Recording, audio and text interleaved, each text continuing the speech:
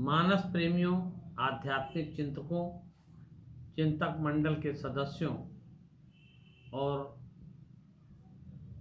सुधीजनों, आप सबको आज के दिन दशहरा या विजयादशमी के पर्व की बहुत बहुत बधाई और आप सभी लोगों को मेरा प्रणाम स्वीकार हो। हम सारे लोग जानते हैं कि आज के दिन पूरे देश में विभिन्न रूपों में विजयादशमी का पर्व मनाया जाता है। इस दिन शस्त्र पूजन भी होता है, राम रावण युद्ध का प्रतीकात्मक रामलीलाएँ चलती हैं और रावण के पुतले का दहन किया जाता है। हमें सबसे पहले राम के बारे में विचार करना होगा, क्योंकि राम हमारे अभीष्ट हैं, मर्यादा पुरुषोत्तम है और हमें एक जीवन दृष्टि प्रदान करते हैं। राम जैसे कितने राजा हुए, उससे भी ज़्यादा प्रतापी राजा रव थे, दिलीप थे, भगीरथ थे, इक्ष्वाक से, लेकिन किसी को ईश्वर नहीं माना गया, किसी को ब्रह्म की स्थिति नहीं प्राप्त की गई। कारण क्या था, हमें इस पर विचार करना होगा। राम का रामत्व कब जागृत होता है? वन वन भटक रहे हैं, मर्यादा के रूप में तो अवश्यमेव वनवास ही उनके मर्यादा का बहुत बड़ा कारण है। एक मर्यादित जीवन जिसमें कि आप एक भाई के रूप में, एक पुत्र के रूप में और एक पति के रूप में सारे संबंधों को आप देख सकते हैं उनके चरित्र में। लेकिन राम का रामत्व तो तब जागृत होता है जब ऋषि मुनियों की हड्डियों को देख करके कहते हैं, भुज उठाए पनकीन निश्चरहीन मही करूं, भुज उठाए पनकीन।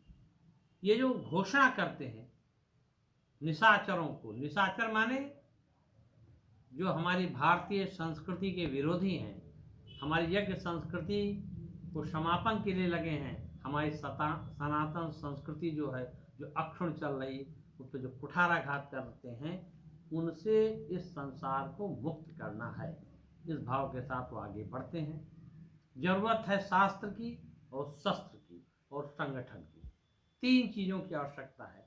मुनियों के आश्रम में जाते हैं, वो वास्तव में स्कूल ऑफ थॉट्स थे, वैचारिक रूप से उनसे परिपुष्ट होते हैं और विभिन्न आश्रमों को पहुंच करके उनसे ज्ञान ग्रहण करते हैं और फिर एक संगठन बनाते। संगठन क्या? सबका साथ, सबका साथ। छोटे छोटे जातियां जो हमारे वनांचल में रहती हैं, हमारे जो आदिवासी लोग हैं, गरीब लोग हैं, छोटे लोग हैं, ऐसे सारे लोगों को कहा जाता है कि उनके साथ जो जानवर भी हैं वो भी उनके साथ हैं। कोई भी ऐसा व्यक्ति नहीं जो राम के साथ नहीं, क्योंकि राम सत्य के प्रतीक, सत्य अहिंसा तप पे उन्होंने जो आधारित करुणा थी उसको अपने जीवन में ग्राह्य किया।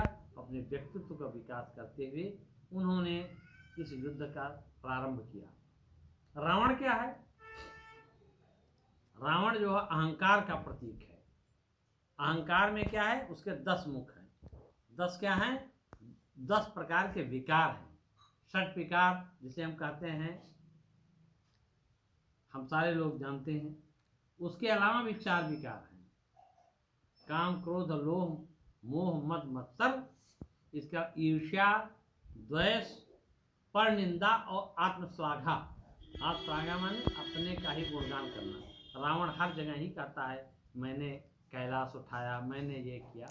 तो आत्मश्लाघा इन चारों, इन 10 का प्रतीक है। 10 उसके मुख हैं, अर्थात इन सारे 10 गुणों से वह युक्त है और इससे एक अहंकार की स्थिति उत्पन्न होती है। उस अहंकार पर विजय प्राप्त की राम ने, यह इसका संदेश है। हम सारे लोग जानते हैं त्याग की क्या महत्ता है। सबसे जो दुर्दांत, सबसे बड़ा जो असुर मेघनाद है, उसको लक्ष्मण मारते हैं क्योंकि त्याग की उन्हें प्रतिमूर्ति है। उन्होंने भोजन का त्याग किया, वासना का त्याग किया और निद्रा का त्याग किया। ये तीनों चीज़ें तामस वृत्ति की हैं और अधिक भोजन करना, शयन करना और काम करना, ये सब अधःपतन की ओर जाती हैं। इन सबसे मुक्त जो होगा वह आसुरी शक्तियों का विनाश करेगा। ये हमारा आध्यात्मिक संकेत है। और आज के दिन रावण के पुतले फूंकने की आवश्यकता नहीं है, मात्र शस्त्र पूजन की आवश्यकता नहीं, शस्त्र के साथ हम संघर्ष के लिए खड़े हों। किसके लिए? धर्म के लिए, न्याय के लिए और सत्य के लिए। और रावण में जितने भी वृत्तियां हैं उन सबका हम अपने जीवन में समापन करें। आज के दिन से संदेश लें और ये प्रण लें कि हम इन सब विचारों से युक्त होकर के एक श्रेष्ठ समर्थ राष्ट्र का निर्माण करेंगे। बहुत बहुत धन्यवाद।